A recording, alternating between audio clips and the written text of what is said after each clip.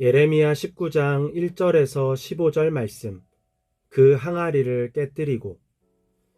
오늘 본문은 백성을 대표하는 장로들과 제사장 대표 앞에서 남유다의 재앙을 경고하는 장면입니다.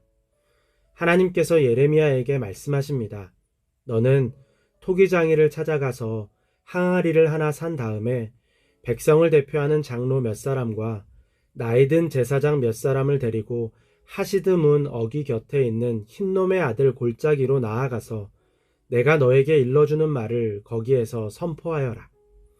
고대 근동 지역은 우리나라의 조선시대보다 더 가부장적인 사회입니다. 남성, 그 중에서도 나이가 많은 남성의 사회적 지위가 굉장히 높습니다. 그런데 하나님께서 오늘 선포의 대상으로 삼은 그룹이 백성을 대표하는 장로 몇 사람, 그리고 나이든 제사장 몇 사람입니다. 이들은 백성의 리더이고 제사장의 리더로서 사회적 지위를 가진 자들이었습니다. 일반적으로 본다면 예레미야에게 이들은 어려운 대상입니다. 예레미야가 그들을 데리고 간 곳은 흰놈의 아들 골짜기입니다. 이전에 설명한 적이 있지만 그곳은 본래 쓰레기 소각장이었습니다. 그런데 산당을 세우고 암몬의 신 몰렉에게 아이들을 불에 태워 희생제물로 바치는 인신제사를 드렸습니다. 그렇다 보니 그곳은 음침하고 항상 검은 연기와 불에 그을린 흔적들, 악취가 가득했습니다. 보통 자신보다 나이가 많은 어른을 초청할 때 참 어렵습니다. 특히 장소를 선택하는 일은 조심스럽습니다. 그런데 오늘 예레미야가 선택한 장소는 굉장히 무례한 장소입니다. 백성의 대표 장로들과 제사장들에게 흰놈의 아들 골짜기는 우상숭배라는 것을 알면서도 어쩔 수 없이 방관하고 있는 부정하고 불결한 곳이었습니다. 혹은 그들 중에는 그곳에서 드리는 인신제사에 참여했던 사람도 있을지 모릅니다. 만약 그렇다면 그들에게는 마음이 매우 불편한 자리였을 것입니다. 자신이 저지른 죄의 현장이기 때문입니다. 사실 예레미야가 그들을 초청했을 때 그들이 순순히 응한 것도 신기한 일이라고 생각했습니다. 당시 예레미야의 이미지가 그리 좋지 않았을 텐데 그들이 예레미야를 따라 나선 것도 조금 의외였습니다. 그런데 예레미야가 선택한 장소가 더 문제입니다. 아마도 백성의 대표 장로들과 제사장들은 이미 불쾌함과 불편함에 마음을 닫아버렸을 것입니다. 무슨 이야기를 해도 통하지 않는 상황인 것입니다. 그곳에서 예레미야가 하나님의 재앙을 선포합니다. 남유다가 우상숭배로 인해서 끔찍한 고통을 당하게 될 것이라는 경고입니다. 사실 예레미야의 경고는 이전에 들었던 내용입니다. 대단하고 새로운 내용이 아니었습니다. 그때 예레미야가 한 가지 퍼포먼스를 합니다. 토기장이에게서 산 항아리를 그 자리에서 깨뜨리는 것입니다. 그리고 말합니다. 토기 그릇이 깨지면 다시 원상태로 쓸 수 없듯이 남유다를 이렇게 깨뜨리겠다. 그리고 남유다의 모든 도성을 흰놈의 아들 골짜기처럼 시체가 가득하고 악취가 가득한 불결한 곳으로 만들겠다.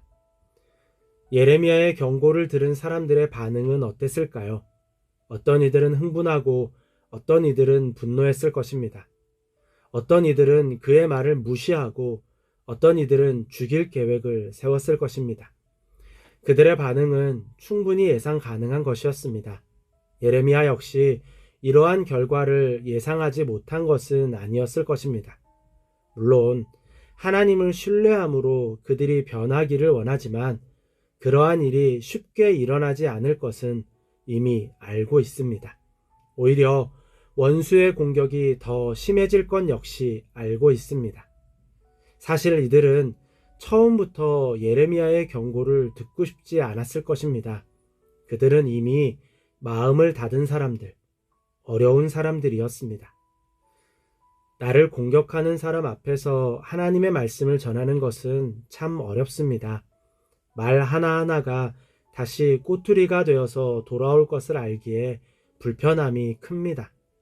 말씀을 전하는 그 순간에도 나를 싫어하고 미워한다는 눈빛과 말씀을 방해하기 위한 태도를 볼 때면 마음이 위축되기도 합니다. 그 사람의 약점을 공격하는 말씀을 준비해서 마구 쏟아낼 수 있다면 속이라도 시원하겠지만 말씀을 전하는 일은 그런 것이 아니기에 오히려 한마디 한마디가 조심스럽습니다. 이미 마음을 닫은 사람들 앞에서 말씀을 전하는 일은 참 어렵습니다.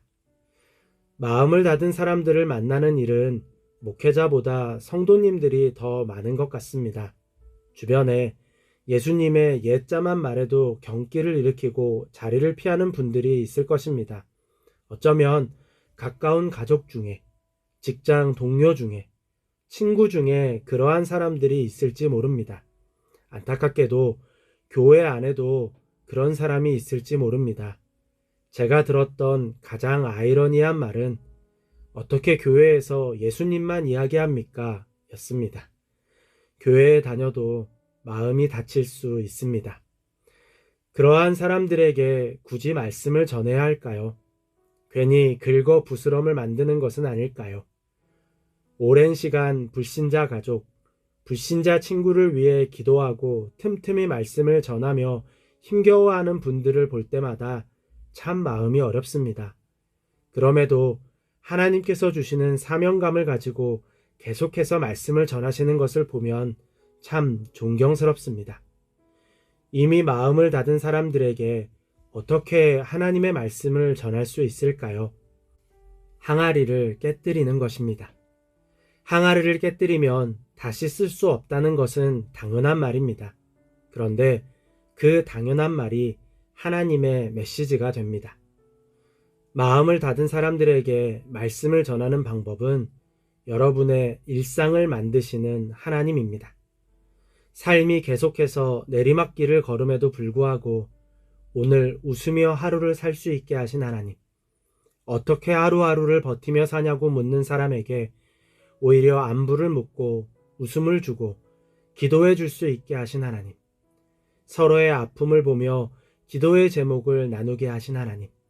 그 하나님을 전하는 것입니다. 그때 하나님께서 그 사람들의 마음을 만지십니다. 그 사람들의 마음은 우리가 열 수 없습니다. 하나님께서 여십니다. 우리는 그저 우리의 일상을 만드시는 나의 하나님을 전할 뿐입니다. 오늘도 나의 하나님을 전하시기 바랍니다. 나의 하나님께서 말씀을 전하기 어려운 사람들의 마음을 여실 것입니다.